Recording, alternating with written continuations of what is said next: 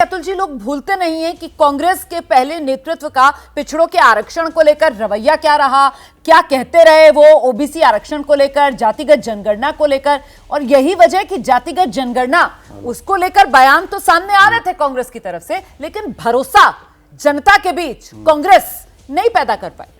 अतुल जी, 5000 रोमाना जी, दो बातें आपको समझनी पड़ेगी कि जातिवाद और जाति जनगणना, इसका अंतर क्या है। जातिवाद क्या है तो हमने मुख्यमंत्री जात के हिसाब से दिए। जातिवाद क्या है, इस देश का पहला प्रधानमंत्री है नरेंद्र मोदी जी, जो कहते हैं कि मैं ओबीसी का हूं। जातिवाद क्या है कि वो कहते हैं कि हमारे इतने इतने मंत्री जो है ओबीसी के हैं, इतने एससी के, इतने एसटी के हैं, इसे कहते हैं जातिवाद। और जातिगत जनगणना का अंतर क्या है। जातिगत जनगणना करने से शिक्षा में कितने लोग पिछड़े हुए हैं, उनको कितना प्रावधान करना पड़ेगा, कितने नौकरियों में पीछे पड़े हैं कि उनको प्रावधान कैसा करना पड़ेगा, कितने साइंस एंड टेक्नोलॉजी में पीछे है, कितने जुडिशरी में पीछे है, ये सारी चीजों में जो है, जो डिस्ट्रीब्यूशन ऑफ रिसोर्सेज जो है, जो हमारे संसाधन जो है, वो संसाधनों को बराबर बांटकर वो सारे लोगों को, चाहे वो सामाजिक विकास हो, चाहे वो राजनीतिक विकास हो, शिक्षा हो, स्वास्थ्य हो, महिला पुरुष की बराबरी हो, ये सारी चीजों का हमें कैसे प्रावधान करना है ये पता चलेगा। और ये इन्हें नहीं चाहिए, क्योंकि इनको तो संसद भी अदानी के ऑफिस में लगानी है, क्योंकि इनको सारी बातें भी आरएसएस क्या करना है। और आज बता दूं मैं,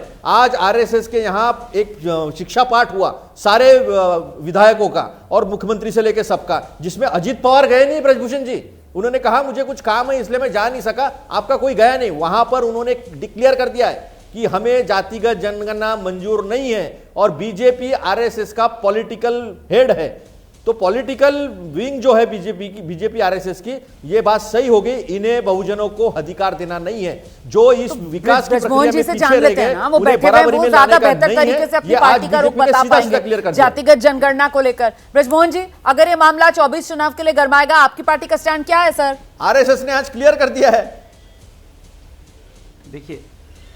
देखिए हमारा स्टैंड बिल्कुल स्पष्ट है। इसमें आदरणीय अजीत दादा पवार इस मामले में बोल चुके हैं कि हम महाराष्ट्र में जातिगत सर्वे करवाना चाहते हैं। और मैं आपको एक और बात बता दूं, देश के गृह मंत्री आदरणीय अमित शाह साहब ने रायपुर में अभी 1 महीने पहले इस बात को स्पष्ट किया है कि भारतीय जनता पार्टी को जातिगत सर्वे पे किसी प्रकार की कोई आपत्ति नहीं है। ये उनका बिल्कुल स्टैंड स्पष्ट है। कहीं कोई मैं नहीं सोचता कि किसी प्रकार की कोई गलतफहमी है। एक मिनट अतुल सर, प्लीज उन्हें बोलने दीजिए। आप बोल रहे थे, किसी ने आपको बीच में नहीं टोका सर, उनको भी सुन लिया। ठीक है, आपका सवाल सुन लिया सर, आपका सवाल उन्होंने भी सुन लिया, दर्शकों ने भी सुन लिया। अब जवाब वो जो दे रहे हैं आप सुन लीजिए please please Atul ji, please आइए। ब्रजमोहन जी, नहीं, मैं सिर्फ सवाल, मैं बीच में नहीं बोला, मैंने सिर्फ सवाल खड़ा किया। यही मैं, देखिए गलत नहीं, गलत आपने जो सवाल किया है मैंने उसका पहले ही जवाब दे दिया। आरएसएस भारतीय जनता पार्टी की पॉलिटिकल विंग नहीं है, political wing Bharatiya Janata party है। और वहाँ पर आदरणीय अमित शाह साहब ने कहा है, इस बात को बहुत स्पष्ट रूप से कहा है। और उनकी बात पर हम सब लोगों को, एनडीए के सारे साथियों को, सारे दलों को पूरी तरह से विश्वास है। और अगर कोई बात होगी तो हम लोग कर लेंगे। लेकिन मैं एक बात अलग कहना चाहता हूँ। देखिए परेशानी क्या है, अभी हमारी एनडीए का जो नेतृत्व है वो इस देश में आने वाले 25 साल की बात कर रहा है। हमें मालूम है कि आज हम 1 अरब 40 करोड़ हैं, आने वाले 25 साल में हमारी यही जनसंख्या बढ़कर 1 अरब 70 करोड़ के आसपास होगी। उनके लिए देश के सामने क्या रोड मैप है, इस रोड मैप पे बात कर रहे हैं हमारे देश के प्रधानमंत्री आदरणीय नरेंद्र मोदी जी।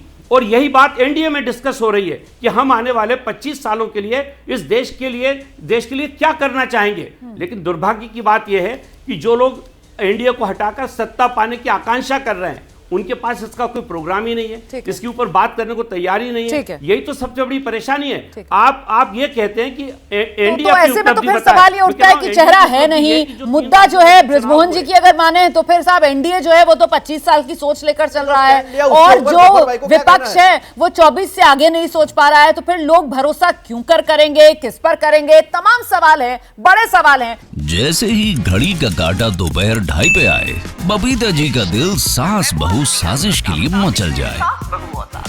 और ये है इनकी बहू, पूरे दिन ऑफिस की टेंशन हो जाए गॉन जब ये करें अपना फेवरेट शो फ्री टाइम पे ऑन। इनकी तरह आप भी देखें अपना फेवरेट शो अपने टाइम पर और डाउनलोड कीजिए एबीपी लाइव ऐप अपने स्मार्ट टीवी पर।